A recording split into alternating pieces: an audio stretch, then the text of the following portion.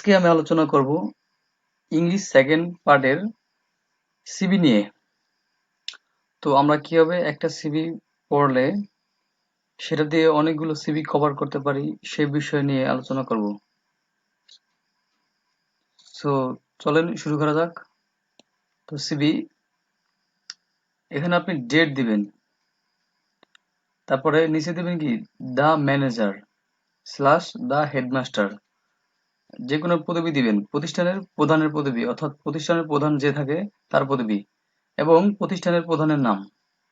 তার নিচে দিবেন প্রতিষ্ঠানের ঠিকানা, তারপরে সাবজেক্ট, সাবজেক্টে দিবেন an application for the post of, এখানে পদের নাম দেওয়া আছে, আপনার পদের নাম দিতে হবে।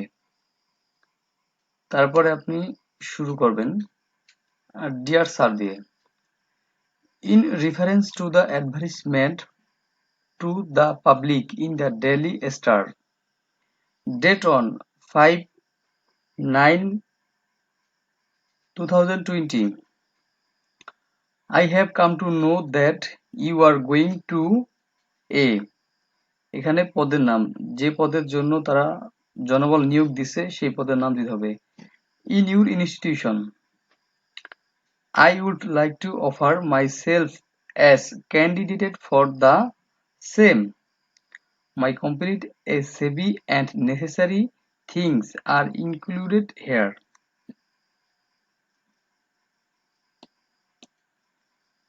I therefore pray and hope that you would be kind enough to give me to opportunity to prove my complete for the post.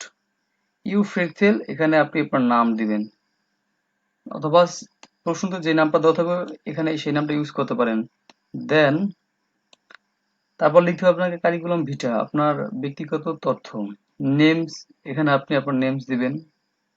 এখানে যেমন আমি আনসারগুলো ইউজ করছি, এখানে আপনি আপনার নেম দিবেন, ফাদার্স নেম পিতার নাম দিবেন, মাদার্স নেম দিবেন, প্রেজেন্ট অ্যাড্রেস।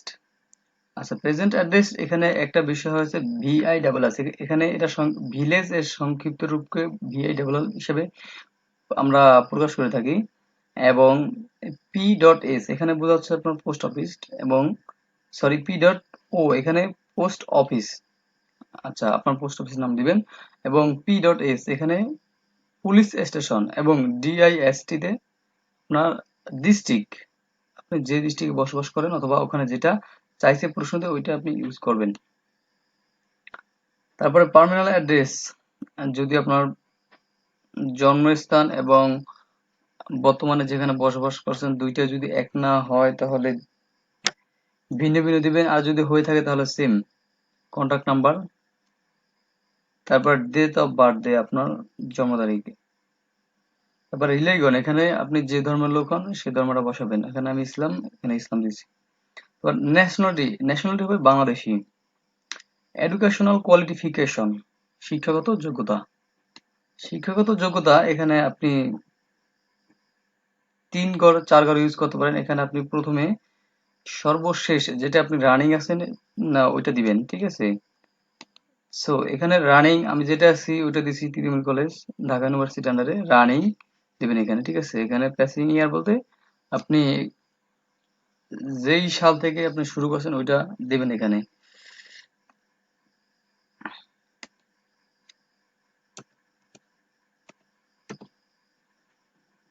আচ্ছা, এইচএসসি, তারপর আপনার এইচএসসি যে কলেজ থেকে পাস করছেন কলেজের নাম দিবেন এবং বোর্ড, তারপরে জিপিএ, সেশন এবং আপনার এসএসসি যেখান থেকে পাস করছেন ওইটা দিবেন। দেন আপনার সিভি কমপ্লিট হয়ে গেছে। তারপরে আশা করি আপনি যদি এভাবে সিভিটা অ্যান্সার করেন তো আপনি মিনিমাম 10-এর ভিতরে তো 5-7 নাম্বার মাস্ট বি পাবেন। আর যদি আরেকটু সাজায় গুছিয়ে লিখতে পারেন তবে আরো বেশি নাম্বার পাবেন। সো আজ এ পর্যন্তই, ভালো থাকবেন, সুস্থ থাকবেন, আল্লাহ হাফেজ।